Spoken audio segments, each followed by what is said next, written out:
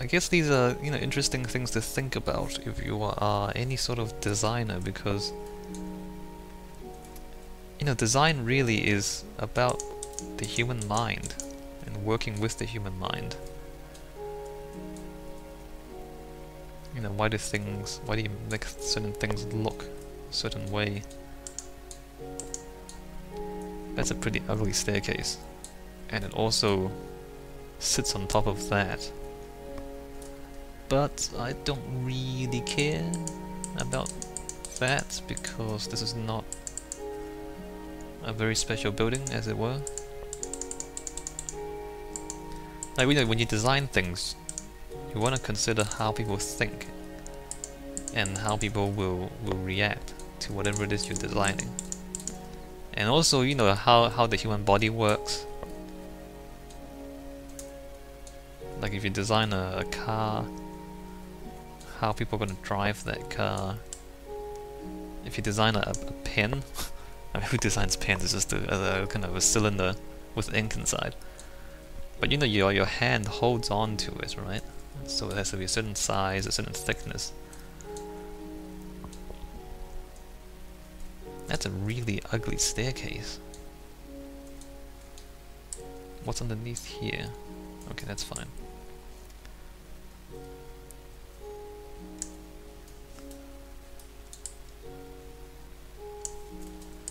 And if you design a house, obviously a person has to live in the house.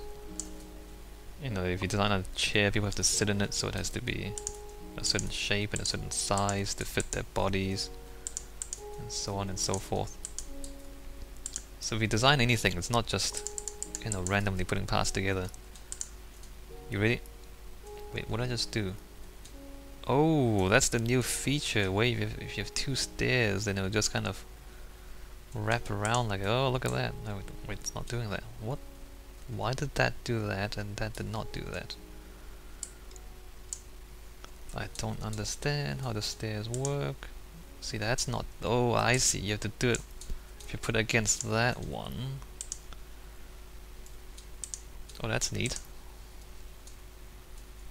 Maybe I don't want to do that, though. Maybe that's a bit much.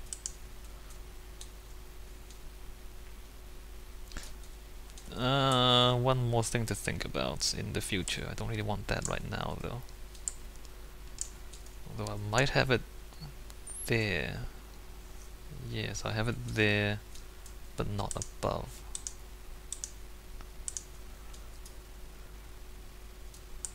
One, two, three, four. Good. So there we go. Like, why did I do that? Why did I, instead of having just flat stairs, why did I put a border on it like that? I mean, it looks like railings, right? In the real world, staircases often have railings for safety purposes. It also, defines the boundaries, it defines the edge of that shape. And edges too are like shapes. When you look at things, you see shapes. It's another thing that the human mind does. And if you are, if you're a computer scientist, you might be familiar with the problem of getting computers to recognize shapes, because when you give a computer a picture, it's just pixels. It's just different colored pixels. So how do you find a square in a jumble of pixels? And if you take the picture, the square might not be straight on, right? You might be taking the photo from a different angle, from above or below, or from the side. And the square is not actually a square in the picture. It's actually like a different shape. How do you get the computer to understand that it's a square from an angle? So the human mind does a lot of these things automatically, but it's actually quite complicated. Is that a bit too much, or is that good? Is that a bit too much? Do I want stairs above that, or do I just leave it like that? Let me just put a few more in.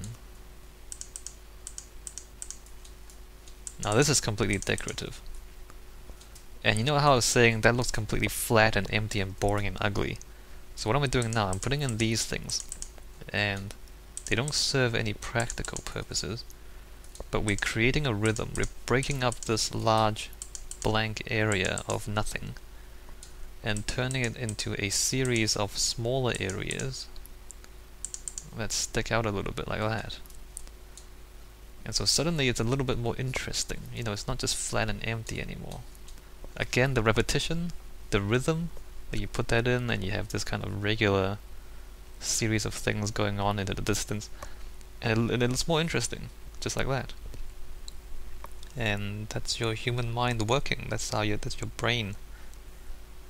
You know, it's attracted to certain things. Like if it's just a flat wall, there's nothing for your eyes to see and nothing for your brain to recognize, and so your brain just kind of boring, switch off, look at something else. But if you put that in, there's a thing there, there's a rhythm there. Oh, there's some, what's that? And a pig just walked around the corner, and so then your brain is attracted to these shapes and other things.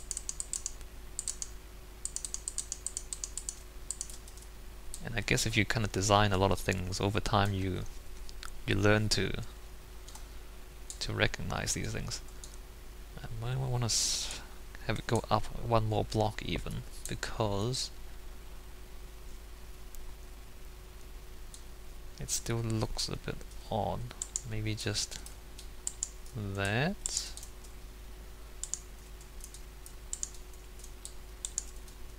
And then I'll need torches too, because now it's not light enough. Guess I'll put a torch on each one. And then at night time, the light, you can see those torches there. There we go. It looks, see, it's blank, boring. It's still very severe, you know. It's still very grey and bricks and factory-like, which is appropriate, but less boring. It's not. It doesn't look any more pleasant, but it's less boring. Alright, so what do we say, like that? Yeah, so just, I don't know, like,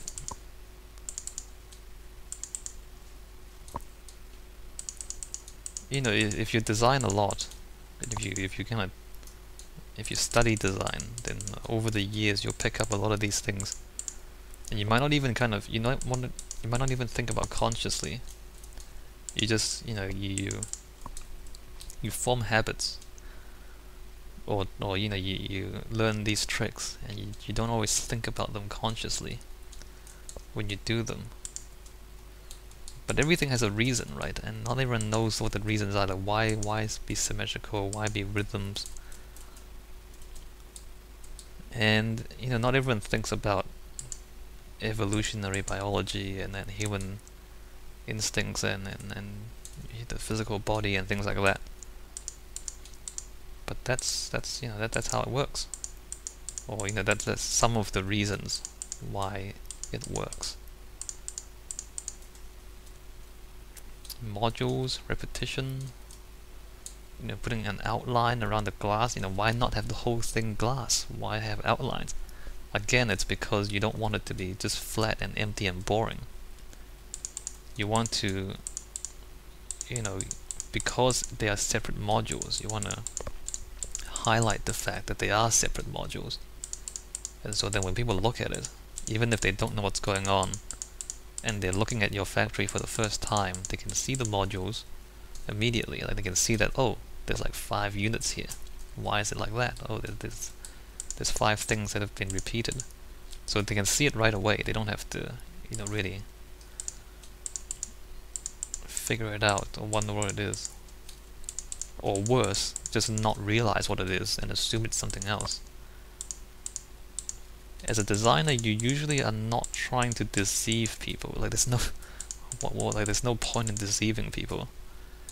If you're designing a road, and people can't figure out where the road goes or what it does, then why'd you do that? That makes no sense. Like usually, when you design anything, you want to make it make sense. Is it safe to remove these torches?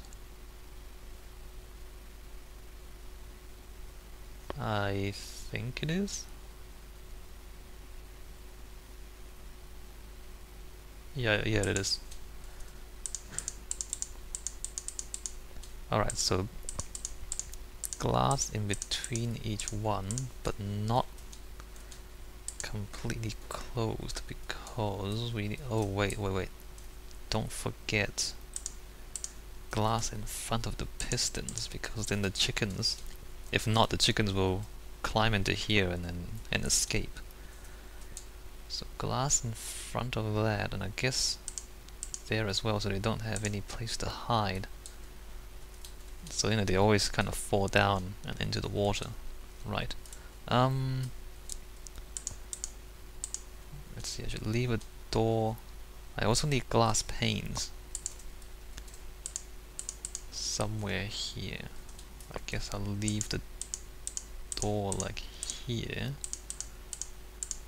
so we can walk through and put in the droppers and the water sources later on.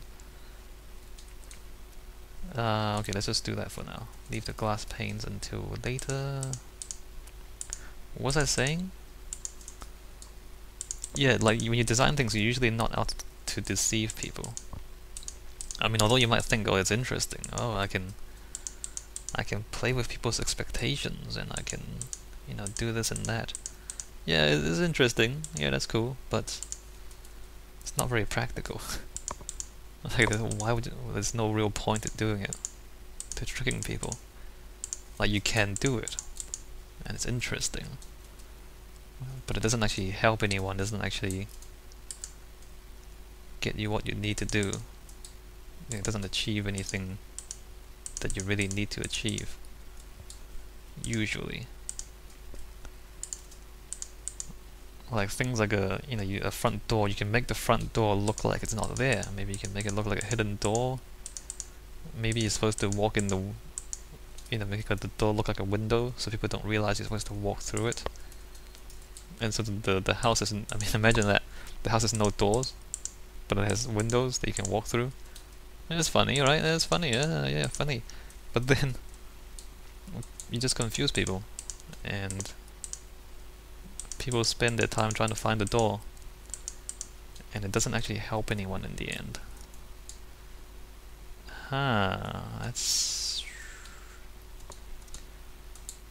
This might be a problem. It's glass, but you can't really see through it because there's too much stuff, too many pixels in a way, isn't there? I guess we'll see. Look, let's just turn on the... Can we see the water at the end? Not really. I guess we'll still have a glass just because, you can still look down like this. But you can't really see all the way to the end because there's too many pixels in the glass itself. But we can't really avoid that, can we? Like, we don't have any other materials that are more transparent than that. You can see it at the third one, and I guess if you have chickens floating around, you'll see them in the third module. But the last two you really can't see from here. That's a shame. Alright, close that. Not a big deal though, you can always just climb on the roof, as we said. Oh, roof. And did I... I'll check later. Did I forget these things on the other side? I don't think so.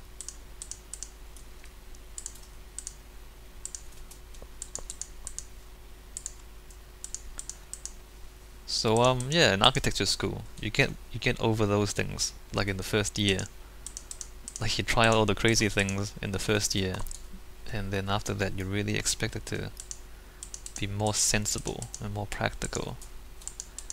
Because no one's gonna pay you for a house that has no doors but lots of windows. You might think it's kind of funny, but you're not gonna get paid.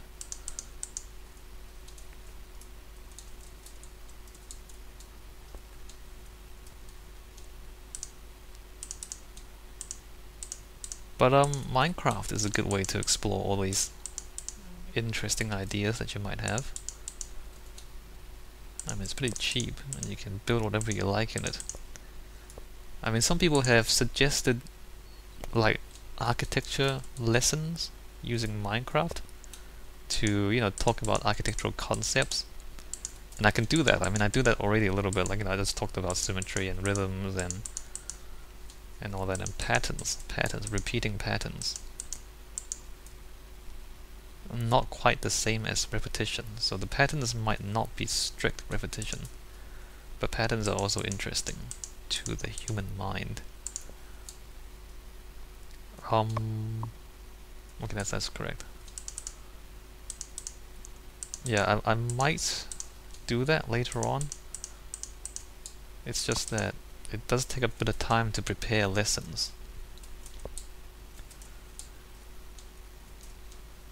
And, you know, maybe, I don't know, would you rather have like an actual lesson, or would you rather just play Minecraft and then try things out yourself? I guess there's benefits to both, to doing a bit of both. The thing is, like in architecture school, there's very few formal design lessons. Like, at least in my school it was like that. Usually there's just design studio. You're just given a brief, you know, or like a hospital, a park, or whatever. Hey, here's a brief, and then just do it. And then when you do it, you learn as you do it. And then you show your work to other students, and you show your work to your design tutors, and then they give you feedback, and you talk about why you did